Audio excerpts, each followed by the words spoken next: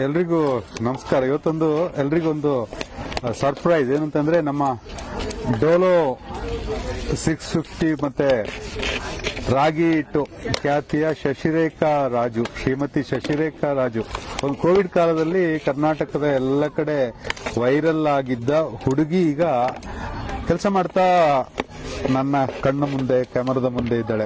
ಶಶಿರೇಖಾ ನಮಸ್ತೆ. ನಮಸ್ತೆ ಸರ್. ಏನ್ ವೈರಲ್ ಆದ್ಮೇಲೆ ಏನಾದ್ರೂ ಜೀವನದಲ್ಲಿ ಏನಾದ್ರೂ ಬದಲಾವಣೆ ಆಯ್ತಾ? ಏನಿಲ್ಲ ಸರ್, ಜನ ಗುರ್ತಿಡಿತಾರೆ ಅನ್ನೋದೊಂದು ಬಂತು ಅಷ್ಟೇನೆ, ಅದ್ಭುತ ಏನು ಇಲ್ಲ.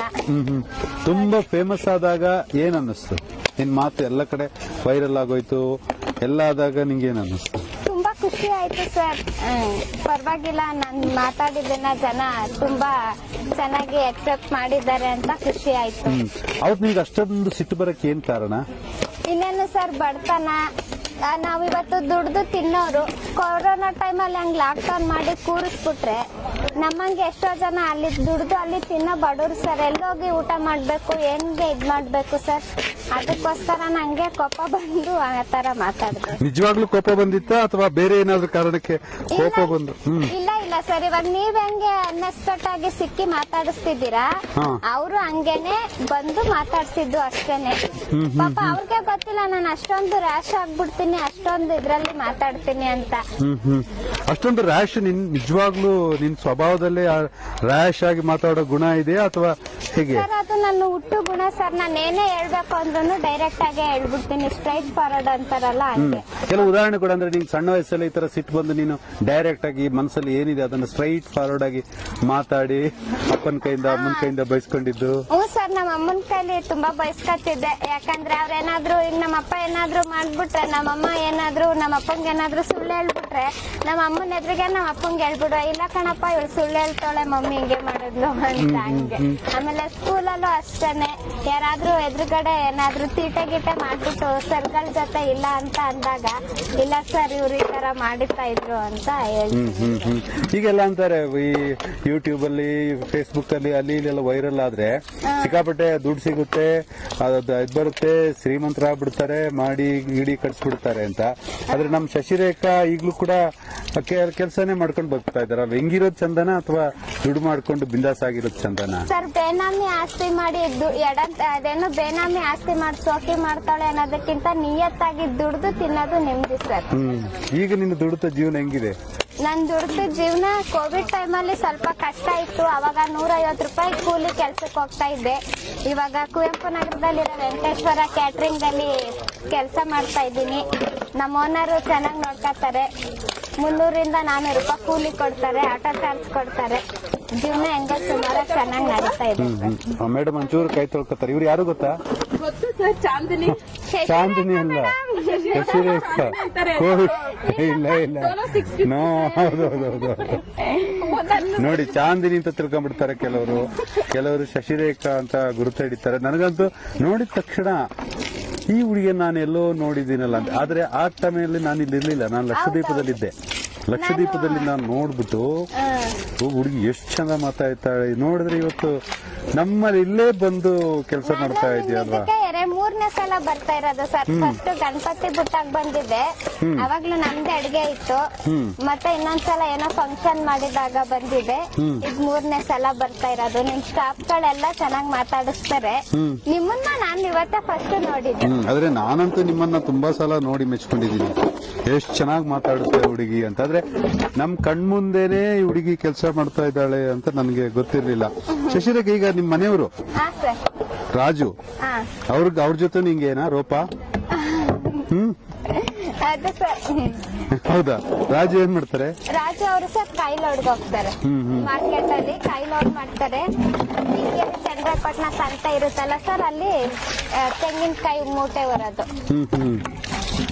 ಶಶಿರೇಖಾ, ಈಗ ನಿಮ್ಮಂತ ಇಷ್ಟು ದಿಟ್ಟವಾಗಿ ನೇರವಾಗಿ ಮಾತನಾಡುವವರು ಬೇರೆ ಎಲ್ಲೋ ಇರಬೇಕಿತ್ತು ಅಂತ ಅನ್ಸುತ್ತೆ ನನಗೆ. ಅಂದ್ರೆ ರಾಜಕಾರಣದಲ್ಲಿ ಇರಬೇಕು ಅಥವಾ ಬೇರೆ ಯಾವ್ದಾದ್ರು ಸರ್ಕಾರಿ ಕೆಲಸದಲ್ಲಿ ಇರಬೇಕು, ಸಮಾಜ ಸೇವೆಯಲ್ಲಿ ಇರಬೇಕು ಅಂತೆಲ್ಲ ಅನಿಸ್ತಾ ಇರುತ್ತೆ. ಆದ್ರೆ ನಿಂಗೆ ಇಲ್ಲೇ ಇರೋದು ಖುಷಿನ ಅಥವಾ ಇನ್ನೇನೋ ಆಗ್ಬೇಕು ಅಂತ ಏನೋ ಸಣ್ಣ ವಯಸ್ಸಲ್ಲಿ ಕನಸಿತ್ತು? ಸರ್, ನನ್ಗೆ ಈ ರಾಜಕೀಯ ಅನ್ನೋದಕ್ಕಿಂತ ನನ್ನಂತ 4 ಜನ ಬಡವ್ರ ಪರ ಓಡಾಡ್ಬೇಕು, ಸಮಾಜ ಸೇವೆ ಮಾಡ್ಬೇಕು ಅನ್ನೋದು ನಂಗೆ.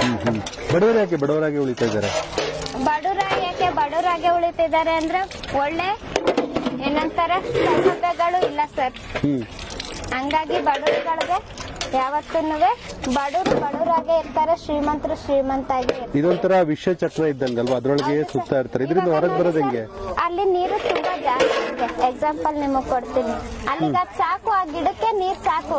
ಬಟ್ ಆದ್ರೂ ಆ ಗಿಡಕ್ಕೆ ನೀರ್ ಹೋಗ್ತಾ ಇದೆ. ಈ ಕಡೆ ನೀರೇ ಇಲ್ಲ, ಈ ಕಡೆ ಗಿಡಕ್ಕೆ ನೀರೇ ಬರ್ತಾ ಇಲ್ಲ. ಅವ್ನ್ಗೆ ಹೊಟ್ಟೆ ತುಂಬಿದೆ, ಅವ್ನ್ ಊಟ ಸಿಗುತ್ತೆ. ಅವ್ನ್ಗೆ ಹಸಿದ್ರು ಅವ್ನ್ಗೆ ಊಟ ಸಿಗಲ್ಲ. ಆತರ ಸರ್ ಬಡವರು. ಇವ್ರು ಯಾರು ಗೊತ್ತಾ ಮೇಡಮ್ ನಿಮಗೆ? ಇವ್ರು ಯಾರು ಗೊತ್ತಾ? ಯಾರು? ಇವ್ರನ್ನೆಲ್ಲ ನೋಡ್ದಂಗೆ ಅನಿಸ್ತಾ ಇದೆಯಾ? ಶಶಿರೇಖಾ, ಡೋಲೋ 650 ಎಲ್ಲ ಕಡೆ ಫೇಮಸ್ ಆಗಿದ್ರಲ್ಲ ಕೋವಿಡ್ ಟೈಮಲ್ಲಿ, ಗೊತ್ತಾ? ಹೌದಾ? ಹಾ ನೋಡಿ, ಏನಾಯ್ತು? ಎಷ್ಟು ಚೆನ್ನಾಗಿ ಕೆಲಸ ಮಾಡ್ತಾ ಇದಾರಲ್ವಾ, ಖುಷಿಯಲ್ಲಿದ್ದಾರೆ, ಖುಷಿಯಲ್ಲಿ ಕೆಲಸ ಮಾಡ್ತಾ ಇದ್ದಾರೆ. Thank you madam. ತುಂಬಾ ಖುಷಿ ಆಯ್ತು. ಶಶಿರೇಖಾ ಅನ್ಸುತ್ತೆ ಅಂದ್ರೆ ನಾನು ಎಲ್ಲ ಕಡೆ ಫೇಮಸ್ ಆದ್ರೆ ಈ ಕೆಲಸ ಮಾಡ್ತೀನಿ, ಈ ತರ ಕಷ್ಟಪಟ್ಟು ಕೆಲಸ ಮಾಡ್ತೀನಿ, ದುಡಿತೀನಿ ಅಂತ ನಿನ್ ಮನಸ್ಸಿಗೆ ಏನಾದ್ರು ಬೇಜಾರಿದ್ಯಾ? ನಮ್ಗೆ ಯಾವತ್ತೂ ಆತರ ಅನ್ಸಲ್ಲ ಸರ್. ನಿಯತ್ತಲ್ಲಿ ದುಡ್ದು ತಿನ್ನಕ್ಕೆ ಯಾವ ಕೆಲಸ ಆದ್ರೆ ಏನು ಸರ್, ಅಲ್ವಾ? ಆವತ್ತಿನ ಆ ಕೋವಿಡ್ ಟೈಮ್ದು ಡೈಲಾಗ್ ಎಲ್ಲ ನೆನಪಿದ್ಯಾ? ಹೇಳ್ಬಿಡೋಣ, ನೆನಪಿದೆ. ಹೇಳ್ಬಿಡೋಣ, ಫುಲ್ ಹೇಳ್ಬೇಕಾ ಸ್ವಲ್ಪ ಹೈಲೈಟ್ಸ್ ಪಾಯಿಂಟ್ಸ್. ಇಮ್ಯುನಿಟಿ ಪವರ್ ಅಂದ್ರೆ ಸರ್, ನೀವು ದೇಹದಲ್ಲಿರೋ ಶಕ್ತಿ ಅನ್ಕೊಂಡಿದ್ದೀರಾ, ಆದ್ರೆ ಇಮ್ಯುನಿಟಿ ಪವರ್ ಅಂದ್ರೆ ದೇಹದಲ್ಲಿರೋ ಶಕ್ತಿ ಅಲ್ಲ ಸರ್, ಖಜಾನೆಯಲ್ಲಿರೋ ಕಾಸು. ಇಮ್ಯುನಿಟಿ ಪವರ್ ಅಂದ್ರೆ ಅದು ಸರ್. ಈಗ ಬಡವ 24 ವರ್ಷ ಆದವರು ಆಸ್ಪತ್ರೆಗೆ ಹೋದ್ರೆ ಅವ್ರ ಬಾಡಿ ಇಮ್ಯುನಿಟಿ ಇರ್ಲಿಲ್ಲ, ಅದಕ್ಕೆ ಅವ್ರು ತೀರೋದ್ರು ಅಂತ, ಶಕ್ತಿ ಇಲ್ದೆ ಅವ್ರು ತೀರೋದ್ರು ಅಂತಾರೆ. ಅದೇ ದುಡ್ಡಿರೋರು ಒಬ್ರು ಏಜ್ ಆಗಿರೋರು ಹೋದ್ರು ಸುಧಾ ಅವರು ಹುಷಾರಾಗಿ ವಾಪಸ್ ಬರ್ತಾರೆ. ಯಾಕಂತ ಅಂದ್ರೆ ಅವ್ರಿಗೆ ಇಮ್ಯುನಿಟಿ ಅಂದ್ರೆ ದುಡ್ಡಿರುತ್ತೆ. ಅದು ಕೋವಿಡ್ ಟೈಮ್ದು ಡೈಲಾಗ್ಸ್ ಅಲ್ವಾ? ಈಗ ಏನಾದ್ರೂ ನಿಮ್ಗೆ ತುಂಬಾ ಸಿಟ್ಟು ಬಂದ್ರೆ ಯಾವ ತರ ಡೈಲಾಗ್ ಬರುತ್ತೆ? ತುಂಬಾ ಸಿಟ್ಟು ಬಂದ್ರೆ ಯಾವ ತರ ಡೈಲಾಗ್ ಬರುತ್ತೆ ಅಂದ್ರೆ ಎಂತದ್ದು ಇಲ್ಲ ಸರ್. ಸುಮ್ನೆ ಆಶ್ವಾಸನೆಗಳು ಕೊಡ್ತಾರೆ, ಏನು ಮಾಡಲ್ಲ. ನಂಗೆ ನಾನ್ ತುಂಬಾ ಖುಷಿಯಿಂದ ಹೇಳೋದು ಅಂತ ಅಂದ್ರೆ ಸರ್, ನಾನು ಈ ವಿಡಿಯೋ ವೈರಲ್ ಆದ್ಮೇಲೆ ನಂಗೆ ಜಿ.ಟಿ. ದೇವೇಗೌಡರು ಅವ್ರ ಕಡೆಯಿಂದ ಆಶ್ರಯ ನಿಲಯ ಯೋಜನೆ 26 ಮನೆ ಬಂದಿದೆ ಸರ್. ನಮ್ ಕಡೆಯವರೆಲ್ಲರಿಗೂ 26 ಮನೆ ಮಾಡಿಸ್ಕೊಡ್ತಿದ್ದಾರೆ. ನಿಂಗೆ ಶಶಿಕಲಾಗೆ ಏನು, ಶಶಿರೇಖನ್ಗೆ ಏನು ಸರ್? ಅವ್ರ ಜೊತೆನ ನಂಗೊಂದ್ ಮನೆ ಸಿಕ್ತು ಸರ್. ಮಕ್ಕಳು ಸರ್, ಒಬ್ಬ ಮಗಳು ಇದ್ದಾಳೆ. ಏನ್ ಮಾಡ್ತಾ ಇದ್ದಾನೆ ಮಗ? 1ನೇ ಕ್ಲಾಸ್, ಮಗಳು ಅಂಗನವಾಡಿಗೆ ಹೋಗ್ತಾಳೆ, ಚಿಕ್ಕ. ಅವರು ಅಮ್ಮನ ಹೆಂಗೆ ಗುರುತಿಸ್ತಾರೆ? ತುಂಬಾ ಜೋರಿನ ಅಮ್ಮನ, ಪಾಪದಮ್ಮನ? ತುಂಬಾ ಜೋರಮ್ಮ. ಅಂದ್ರೆ ನನ್ಗೆ ತುಂಬಾ ಸಿಟ್ಟು ಸರ್. ನಾನು ಹೇಳಿದ ಕೆಲಸ ಮಾಡ್ಬಿಡ್ಬೇಕು. ನಾನೇನು ಚೆನ್ನಾಗ್ ಓದಿ ಹೋಮ್ ವರ್ಕ್ ಮಾಡಿ ಹಠ ಮಾಡ್ಬೇಡಿ, ಕೆಟ್ಟ ಬುದ್ಧಿ ಕಲಿಬೇಡಿ. ಯಾಕಂತ ಅಂದ್ರೆ ಇವಾಗ ನಾನು 4 ಜನ ಗುರುತಿಸೋ ಆಗಿದ್ಕೊಂಡು ನನ್ ಮಕ್ಳು 4 ಜನ ನೋಡ್ಬಿಟ್ಟು ಇಂತ ಮಗಳು ಹಿಂಗೆ ಅಂತ ಅನ್ಬೇಕು. ಅದಕ್ಕೋಸ್ಕರ ನನ್ ಮಕ್ಳನ್ನ ಚೆನ್ನಾಗ್ ಓದಿ ಅಂತ ಒಂದ್ ಸ್ವಲ್ಪ ಬಾಯ್ ಮಾಡ್ತೀನಿ. ನೀನ್ ವೈರಲ್ ಆಗಿದ್ಯಾ, ಫೇಮಸ್ ಆಗಿದ್ಯಾ, ನಿನ್ ವಾಯ್ಸ್ ಅಂತೂ ಎಷ್ಟು ಚೆನ್ನಾಗಿದೆ ಅಂತಂದ್ರೆ ಅಷ್ಟೊಳ್ಳೆ ವಾಯ್ಸ್ ಅಲ್ವಾ? ಯಾರಾದ್ರೂ ನಿನಗೆ ಅದ್ರಲ್ಲಿ ಚಾನ್ಸ್ ಕೊಡ್ತೀನಿ, ಸೀರಿಯಲ್ ಅಲ್ಲಿ ಚಾನ್ಸ್ ಕೊಡ್ತೀನಿ, ಸಿನಿಮಾದಲ್ಲಿ ಚಾನ್ಸ್ ಕೊಡ್ತೀನಿ ಅಂತ ಯಾರಾದ್ರೂ ಕೇಳಿದ್ರ? ಸರ್, ಅಂದ್ರೆ 2 ಸಿನಿಮಾದಲ್ಲಿ ಚಾನ್ಸ್ ಕೊಡ್ತೀನಿ ಅಂತ ಅಂದಿದ್ದಾರೆ. ಇನ್ನ ಏನು ಅವ್ರೇನು ಹೇಳಿಲ್ಲ. ಮತ್ತೆ ಒಂದು ಆಲ್ಬಮ್ ಸಾಂಗ್ ಮಾಡಿಸ್ತೀವಿ ಅಂತ ಹೇಳಿದ್ದಾರೆ. ಅವ್ರು ಅಷ್ಟೇ, ಇನ್ನು ಏನು ಅಂತ ಹೇಳಿಲ್ಲ. ಅವ್ರು ಕೊಡ್ತಾರೆ ಅಂತ ಏನು ವರ್ಷದ ಕೂಳ್ ಬಂತು ಅಂತ ವರ್ಷದ ಕೂಳ್ ಬಿಡಬಾರ್ದಲ್ಲ ಸರ್. ಅದ್ ಬಂದಾಗ ಅದ್ರ ಅಂದ್ರೆ ಆಲ್ಬಮ್ ಮಾಡ್ತಾರೆ ಅಂತಂದ್ರೆ ನೀ ಚೆನ್ನಾಗಿ ಹಾಡ್ತೀಯ ಅಂತ ಅರ್ಥ ಅಲ್ವಾ? ಹೌದು. ಹಾಡ್ತೀಯಾ? ಒಂದೇ ಒಂದು ನೋಡೋಣ, ಕೊನೆಗೊಂದು ಹಾಡು ಹೇಳ್ಬಿಟ್ಟು, ಕೆಲ್ಸದ ನಡುವೆ ಒಂದು ಹಾಡು ಹೇಳ್ಬಿಟ್ಟು ನಮ್ಮ ಎಲ್ರಿಗೂ ಥ್ಯಾಂಕ್ಸ್ ಹೇಳೋಣ. ಒಂದು ಹಾಡು ಹೇಳು. ನೀಡು ಶಿವ ನೀಡದಿರು ಶಿವ, ನೀಡು ಶಿವ ನೀಡದಿರು ಶಿವ, ಬಾಗುವುದು ನನ್ನ ಕಾಯ, ನಾನೇಕೆ ಅಂಜಲಿ ನೀ ನನ್ನ ಅಂಬಲಿ, ನೀಡು ಶಿವ ನೀಡದಿರು ಶಿವ, ಬಾಗುವುದು ನನ್ನ ಕಾಯ. ಮಾಳಿಗೆ ಕೊಟ್ಟರು ಮರದಡಿ ಇಟ್ಟರು, ನಾನಂತೂ ನಿನ್ನನ್ನ ಲಾರಿ. ಮಾಳಿಗೆ ಕೊಟ್ಟರು ಮರದಡಿ ಇಟ್ಟರು,